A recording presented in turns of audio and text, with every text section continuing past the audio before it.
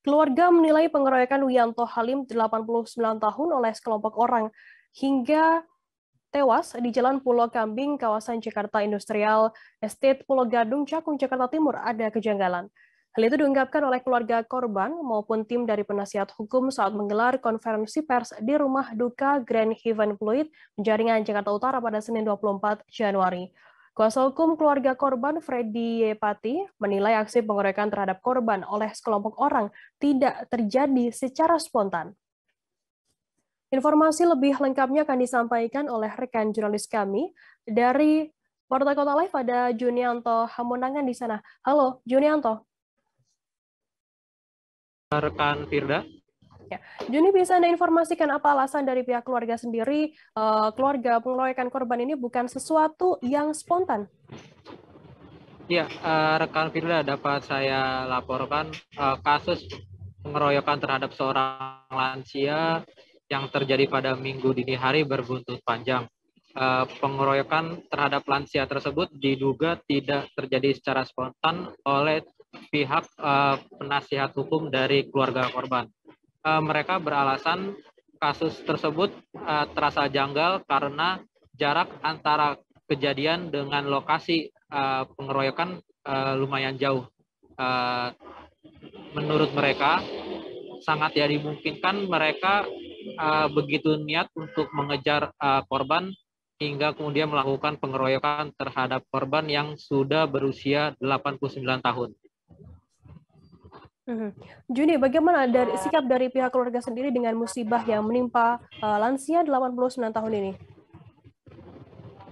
Ya, Firda, keluarga korban tidak terima dengan adanya pengeroyokan terhadap orang tua mereka yang sudah berusia 89 tahun dan sudah mengalami gangguan pendengaran. Mereka menuntut adanya keadilan di mana para pelaku yang saat ini sudah sebagian tertangkap sebanyak 5 orang untuk dihukum seberat-beratnya.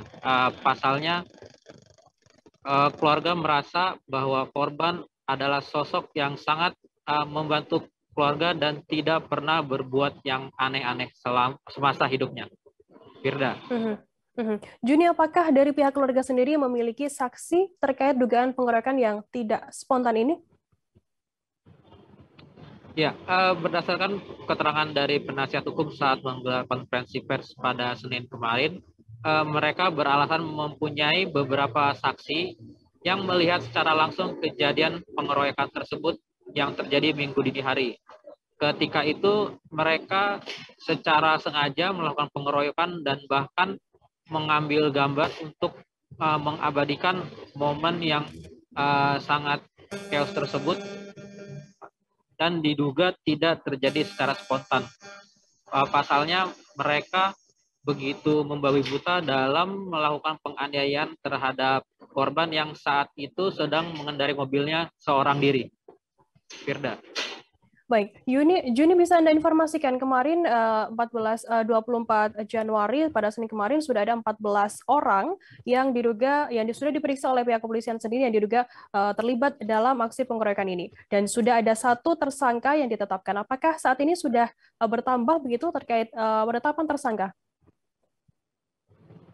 Ya, baru saja dari Kabid Humas Polda Metro Jaya memberikan keterangan di Polres Metro Jakarta Timur perihal adanya tersangka yang jumlahnya bertambah. Jika sebelumnya kemarin disebutkan ada 1 tersangka, saat ini sekarang sudah ada 5 tersangka dari 14 orang yang diperiksa. Namun demikian, pihak kepolisian memastikan proses penyelidikan tidak akan berhenti sampai dengan di sini karena diduga masih ada pelaku lain yang masih dalam pengejaran. Hal itu diketahui dari keterlibatan mereka dari informasi yang disampaikan saksi-saksi di lokasi kejadian. Jadi mungkin bisa Anda informasikan terkait identitas dari 5 tersangka yang sudah ditetapkan oleh pihak kepolisian ini yang melakukan pengeroyokan terhadap korban. Ya, 5 tersangka ini usianya rata-rata masih muda, sekitar belasan hingga 20-an awal tahun. Mereka ini perannya rata-rata melakukan penganiayaan secara langsung kepada korban dengan memukul pada bagian tubuh maupun kepala korban hingga korban meninggal dunia.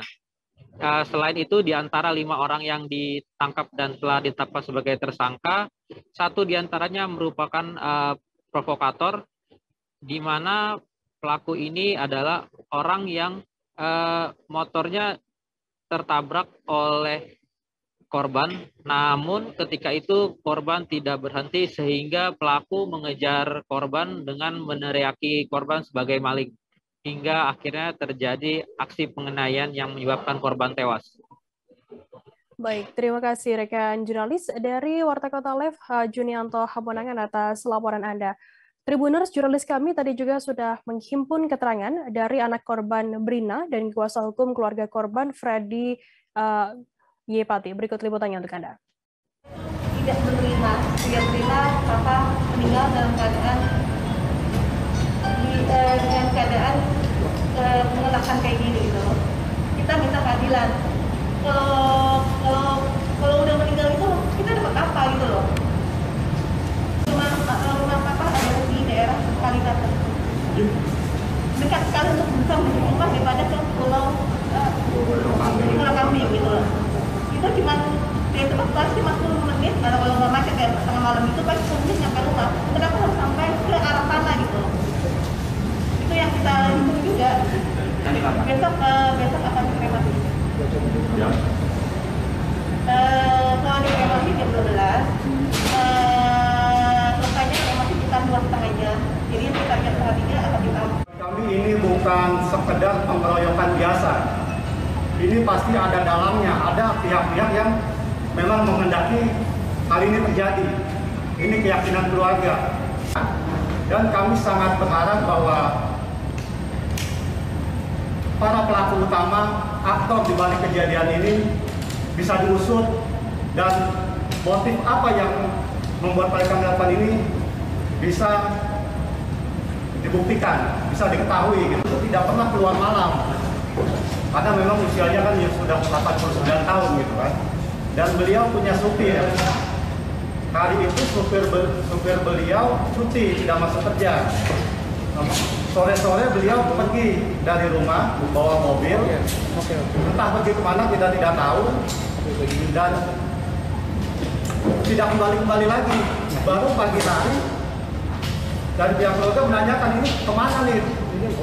Bingung, saling telepon-teleponan mencari keberadaan beliau. Baru pagi-pagi dari pihak Polres Jakarta Timur telepon menyatakan bahwa Bapak Wiyanto Halim sudah ada di Rumah Sakit Cipto dan sudah meninggal dunia. Dari peristiwa iring-iringan itu, kita melihat semuanya tidak terjadi secara spontan. Terima kasih sudah nonton. Jangan lupa like, subscribe, dan share ya.